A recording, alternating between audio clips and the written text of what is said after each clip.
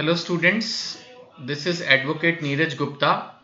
आज हम डिस्कस करेंगे कि इंडियन कॉन्स्टिट्यूशन किस तरह से इंटरनेशनल पीस एंड सिक्योरिटी को डील कर रहा है। इंडिया का क्या स्टैंड है एज पर the constitution regarding the international peace and security. ये क्वेश्चन है जो हमें इसमें डिस्कस करना है। तो ऑब्वियसली इंडिया ने इसको the constitution places great importance, इसको पूरी इंपॉर्टेंस दी है बिकॉज इंटरनेशनल पीस तो बहुत जरूरी है ना। हम हार्मनी की बात कर रहे थे, याद होगा पिछली कुछ वीडियोस में, हार्मनी ऑफ द स्टेट्स, नहीं फंडामेंटल राइट्स एंड डीपीएसपी में भी हमने हार्मनी की बात करी। लोग इंडिया में हार्मनी में रहे। और एक होती है harmony eight global level, state level पे छोड़ो, अब हम इंटरनेशनल वसुदैव कुटुंबकम इंटरनेशनल लेवल पे सोचो। तो इंडिया चाहती है always friendly relations among Nations. India हमेशा से यही चाहती है, फ्रेंडली रिलेशंस। इंडिया का बेस्ट फ्रेंड जो मुझे लगता है देखने में दूर से, वो है रशिया। वॉर्स में हमेशा रशिया ने हेल्प की इंडिया को। लेकिन मैं देखता हूं आज की तारीख में, पिछले रिसेंट ईयर में जो हमारी गवर्नमेंट्स रही हैं, नॉट ओनली मोदी गवर्नमेंट, उससे पहले वाले भी, मोस्ट ऑफ द कंट्रीज के साथ इंडिया कॉर्डियल रिलेशंस बनाने की कोशिश कर रहा है। मेरे को लगता है पाकिस्तान को एक छोड़ दे, ये तो वहां तो मुझे लगता है कि इलेक्शन इस बात पर होते हैं कि कौन इंडिया के खिलाफ कितना बोलेगा। तो बाकी सबके साथ, इवन मैंने देखा जो बहुत सारी मुस्लिम कंट्रीज हैं, यूएई वगैरह, वहां पर भी इंडिया के रिलेशंस अच्छे हैं। ईरान हमारा एक फ्रेंडली नेशन है, और इवन कोशिश रहती है इंडिया की, बांग्लादेश है और भी देश है, सबके साथ अच्छे रिलेशंस इंडिया के। मुझे तो कोई भी ऐसा नहीं लगता कि इंडिया के बारे में बकवास कर रहा है, बिकॉज हमारी जो पॉलिसी है वो यही है कि सभी देशों के साथ मिलकर रहा जाए। तो इंडिया की कमिटमेंट है कि फ्रेंडली रिलेशंस विद नेशंस, और कंट्रीब्यूट करने की कोशिश करते हैं स्टेबल इंटरनेशनल ऑर्डर में। जहां पे इंटरनेशनल कन्फ्लिक्ट होगा, इंडिया का रोल हमेशा यही होगा कि वो कन्फ्लिक्ट ना हो। अभी रशिया यूक्रेन में फाइट चल रही है, बट इंडिया ने कभी नहीं कहा कि हाँ ये वॉर जस्टिफाइड है, लड़ो लड़ो, नहीं। हमेशा कहा है पीस, बातों से सुलझाओ, शांति। तो इंडिया का हमेशा स्टैंड यही रहता है, इंटरनेशनल पीस। अब इंटरनेशनल पीस एंड सिक्योरिटी कहां लिखी है? डायरेक्टिव प्रिंसिपल्स में, article 51 constitution of India part 4।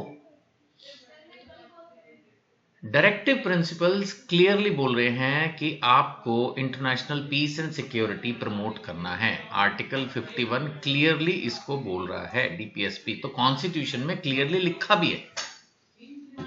ये नहीं है कि हम अंदाजा लगा रहे हैं कि हाँ भाई ऐसा करना चाहिए, करो। एक तरह से डायरेक्टिव, वो बात अलग है, डायरेक्टिव प्रिंसिपल्स कंपलसरी नहीं होते, लेकिन डायरेक्टिव प्रिंसिपल्स भी कोई हल्की चीज तो है नहीं। फंडामेंटल राइट एकदम भारी होते हैं, और हम पढ़ चुके हैं अब तो फंडामेंटल राइट और डीपीएसपी इक्वल फुटिंग पर है। तो उस हिसाब से article 51 constitution of India clearly अगर इंटरनेशनल पीस एंड सिक्योरिटी की बात करता है तो रेलिवेंट है ना भाई, बिल्कुल रेलिवेंट है। It is fundamental in guiding the states foreign policy. Guidance principles है ना, तो हमारी इंडिया की जो फॉरेन पॉलिसी होगी कि दूसरे देशों के साथ हम कैसे डील करें, तो फंडामेंटल राइट है बिल्कुल। सॉरी, फंडामेंटल राइट नहीं, डायरेक्टिव प्रिंसिपल्स है आर्टिकल 51। क्या ऑब्जेक्टिव है इसका? ऑब्जेक्टिव वही है, मेंटेन करो just and honourable relations between Nations.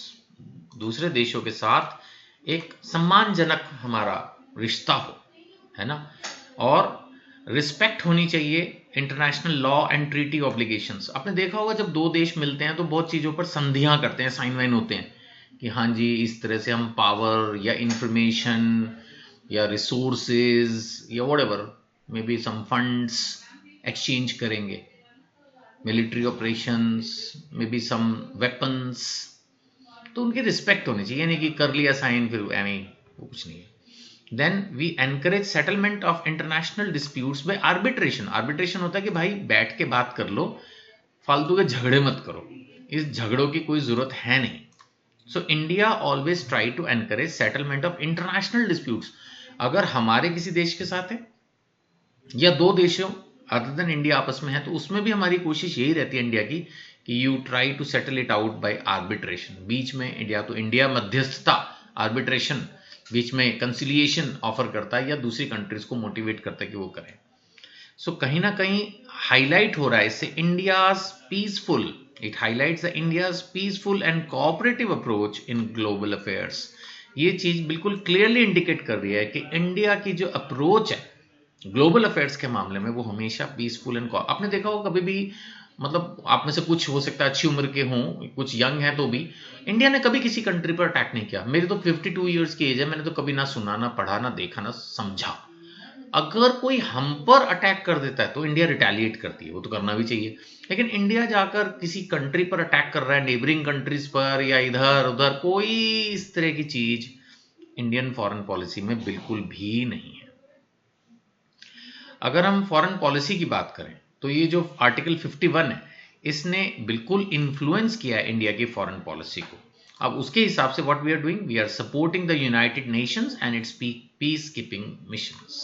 United Nations आपको पता है पूरे वर्ल्ड में शांति स्थापना के ऊपर बहुत एफर्ट करता है और इंडिया यूनाइटेड नेशंस को सपोर्ट करता है। इंडिया उनके शांति पीस कीपिंग मिशंस को सपोर्ट करता है। इसके अलावा we always follow the principle of non alignment. ये क्या होता है? गुटबाजी।